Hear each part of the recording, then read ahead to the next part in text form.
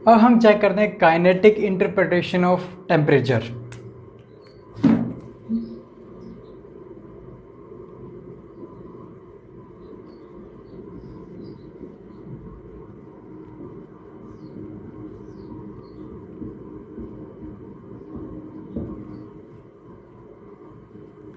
Kinetic interpretation of temperature का मतलब क्या है कि जो काइनेटिक बिहेवियर है मॉलिक्यूल्स का, कि उनका जो वेलोसिटी है या उनकी काइनेटिक एनर्जी है वो किस तरीके से आपकी इफ़ेक्ट होती है टेम्परेचर से, वो आपका इस सेक्शन में हम कवर करें।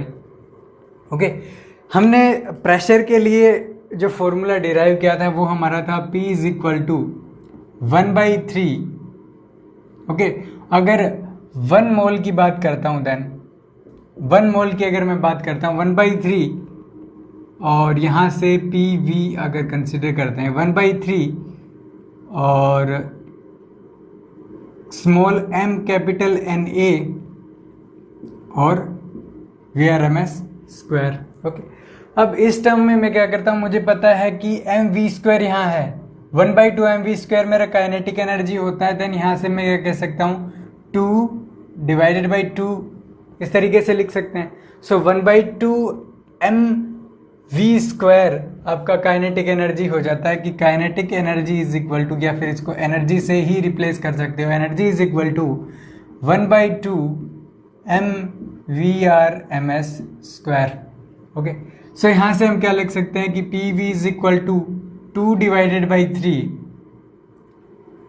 और na काइनेटिक एनर्जी। ओके, अब हमें यहाँ से पता है कि आपका जो pv इज इक्वल टू कितना होता है, nRT। n यहाँ पर अगर मोल्स हैं, ओके, मोल यहाँ पर हम सिंगल लेके चल रहे हैं, सिंगल मोल है, देन n का वैल्यू 1 हो गया।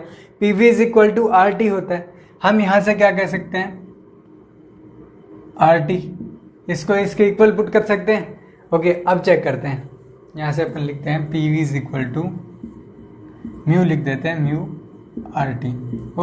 ओके, और R का जो वैल्यू है, R इज इक्वल टू एक कांस्टेंट होता है, गैस कांस्टेंट, उसका वैल्यू होता है 8.314 जूल पर मोल पर केल्विन।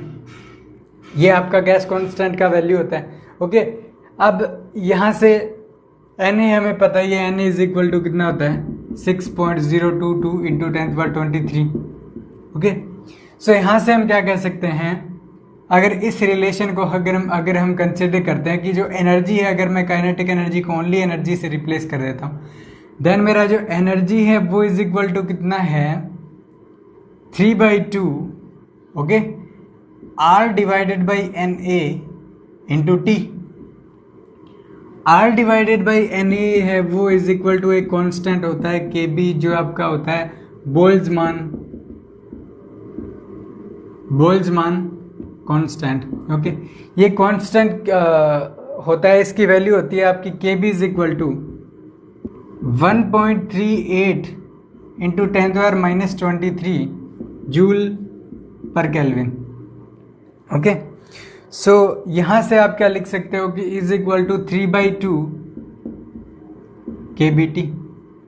ओके, सो यहाँ से हम क्या कह सकते हैं, इस रिलेशन की E is equal to 3/2 kBT आ जाता है। इट मीन्स कि जो एनर्जी है, काइनेटिक एनर्जी, वो रिलेटेड होती है आपकी टेम्परेचर के साथ। सो ये हमने अभी तक कर लिया कि क्या इंटरप्रेशन होता है टेम्परेचर का। ओके, सो जैसे जैसे टेम्परेचर बढ़ाएंगे काइनेटिक एनर्जी आपकी बढ़ती जाएगी। क्यों बढ़ेगी?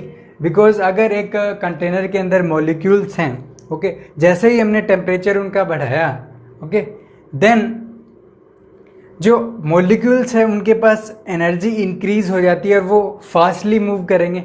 ओके, और फास्टली मूव करेंगे इट मीन्स उनका जो काइनेटिक एनर्जी है वो आपका ज़्यादा हो जाता है। आप चेक कर सकते हो, P इक्वल टू nRT से भी चेक कर सकते हो कि आपका जो टेम्परेचर है वो बढ़ाने से आपका एक तरीके से प्रेशर बढ़ेगा उनके अंदर, प्रेशर से काइनेटिक एनर्जी उनकी इंक्रीज हो जाती है। ओके, अब हम इस रिलेशन की प्रॉपर्टी चेक करते हैं कि क्या क्या प्रॉपर्टीज आती हैं। ओके,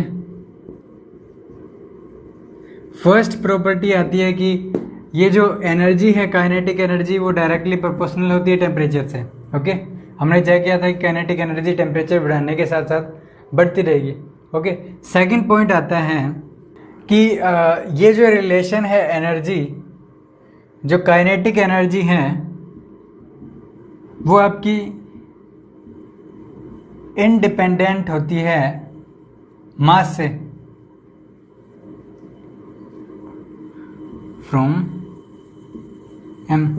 ओके, यहां से हम चेक कर सकते हैं एनर्जी और मास के अंदर कोई रिलेशन नहीं आ रहा है यहां से। सो हम क्या कह सकते हैं कि अगर अज्यूम कीजिए T इज इक्वल टू हमारा T डिग्री केल्विन अगर टेम्परेचर है, ओके, देन एक गैस है G1, उसका जो मास है वो इज इक्वल टू अज्यूम कीजिए M1 है। G2 गैस का जो मास है वो आपका M2 है। ओके, बट एक पर्टिकुलर टेम्परेचर पर जो काइनेटिक एनर्जी होती है डिफरेंट गैसेस की, वो सेम होती है इरिस्पेक्टिव ऑफ देयर मासेस। ये हमारा स्टेटमेंट है। देन हम क्या कह सकते हैं, जो एनर्जी है वो दोनों केस में सेम होगी और कितनी होगी, 3/2 kBT।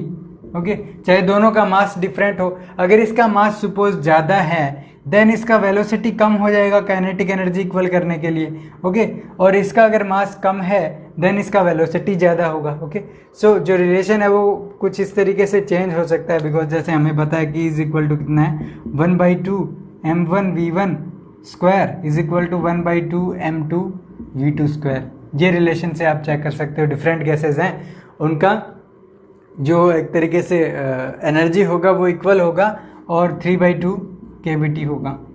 ओके, सो इस तरीके से आपका एनर्जी आता है। सेकंड पॉइंट आ जाता है। थर्ड पॉइंट क्या आता है, थर्ड पॉइंट यहां लिख देते हैं कि एब्सोल्यूट जीरो पर,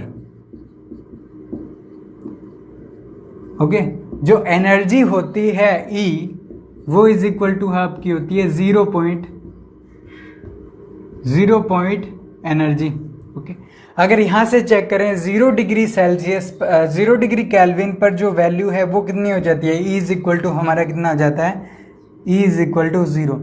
यहां से क्या कह सकते हैं कि किसी भी तरीके की काइनेटिक एनर्जी नहीं होगी गैस के पास एट एब्सोल्यूट जीरो। ओके, इसका मतलब क्या हुआ कि जो पार्टिकल्स हैं एब्सोल्यूट जीरो के ऊपर आपके एक तरीके से फ्रोजन होंगे, किसी भी तरीके का मोशन नहीं होगा। ओके, देन हम क्या कह सकते हैं, particles are frozen at T is equal to 0 kelvin. Okay, किसी भी तरीके का मोशन नहीं होगा पार्टिकल्स में। ओके, सो ये एक तरीके से इंपॉर्टेंट पॉइंट्स आ जाते हैं आपके काइनेटिक एनर्जी और टेम्परेचर के बीच में जो रिलेशन है उसके लिए। ओके।